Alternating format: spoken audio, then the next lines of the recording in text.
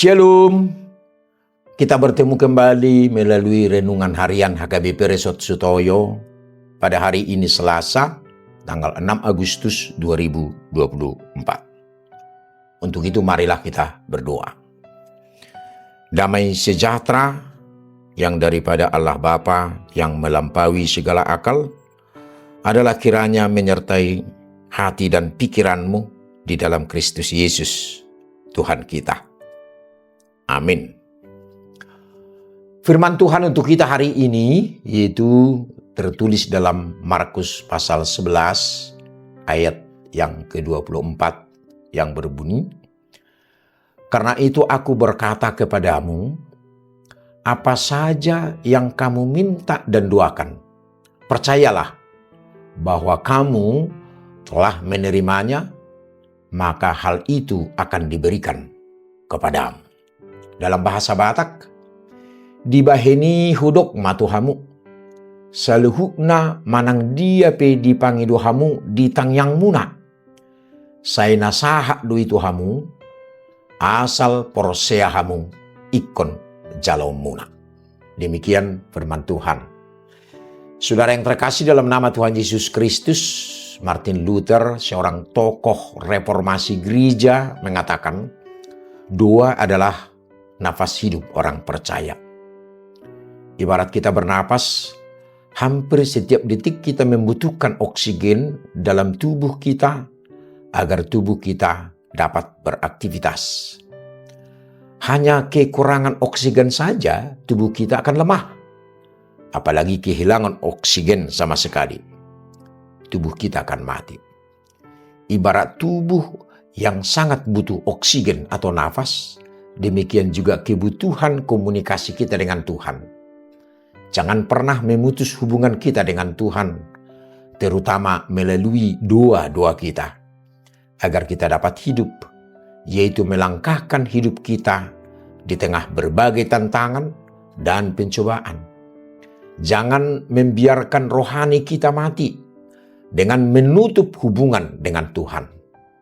Kekuatan orang percaya tidak datang dari dirinya sendiri, tetapi karena kuasa Tuhan yang selalu menyertainya. Apa arti doa kita? Itu berarti menyampaikan isi hatimu kepada Tuhan, bersekutu dengan Tuhan setelah memahami kehendaknya, berkomunikasi dengan Tuhan lewat firman-Nya, merasa sangat dekat dengan Tuhan, merasa bahwa Dia ada di depanmu, dan bahwa ada sesuatu yang akan engkau katakan kepadanya. Hatimu merasa penuh dengan terang dan engkau merasakan betapa indahnya bersama Tuhan. Inilah arti doa yang benar.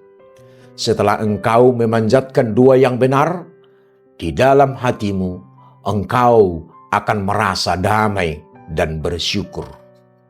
Kekuatan untuk mengasihi Tuhan akan bangkit, dan engkau akan merasa bahwa tidak ada apapun dalam hidup ini yang lebih berharga atau lebih penting daripada mengasihi Tuhan. Saudara yang terkasih dalam nama Tuhan Yesus Kristus, Yesus ingin para pengikutnya benar-benar beriman sewaktu berdoa. Yesus meyakinkan mereka bahwa Allah mendengarkan doa mereka dan akan menjawabnya. Kalau seseorang berdoa tulus dan sesuai dengan kehendak Allah, dia bisa yakin bahwa apa yang dia doakan pasti akan menjadi kenyataan. Doanya itu bahkan seolah-olah seperti sudah dijawab. Yesus menunjukkan bahwa iman sangat diperlukan sewaktu berdoa. Dia mengatakan bahwa orang yang berdoa seharusnya tidak ragu dalam hatinya, tapi beriman bahwa apa yang dia katakan itu akan terjadi. Kenapa? Karena orang yang ragu tidak bisa mengharapkan apapun dari hasil doanya.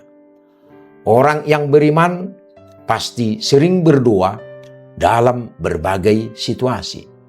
Dengan melakukan itu, dia menunjukkan bahwa dia benar-benar membutuhkan apa yang dia minta dan yakin Allah bisa menjawab doanya.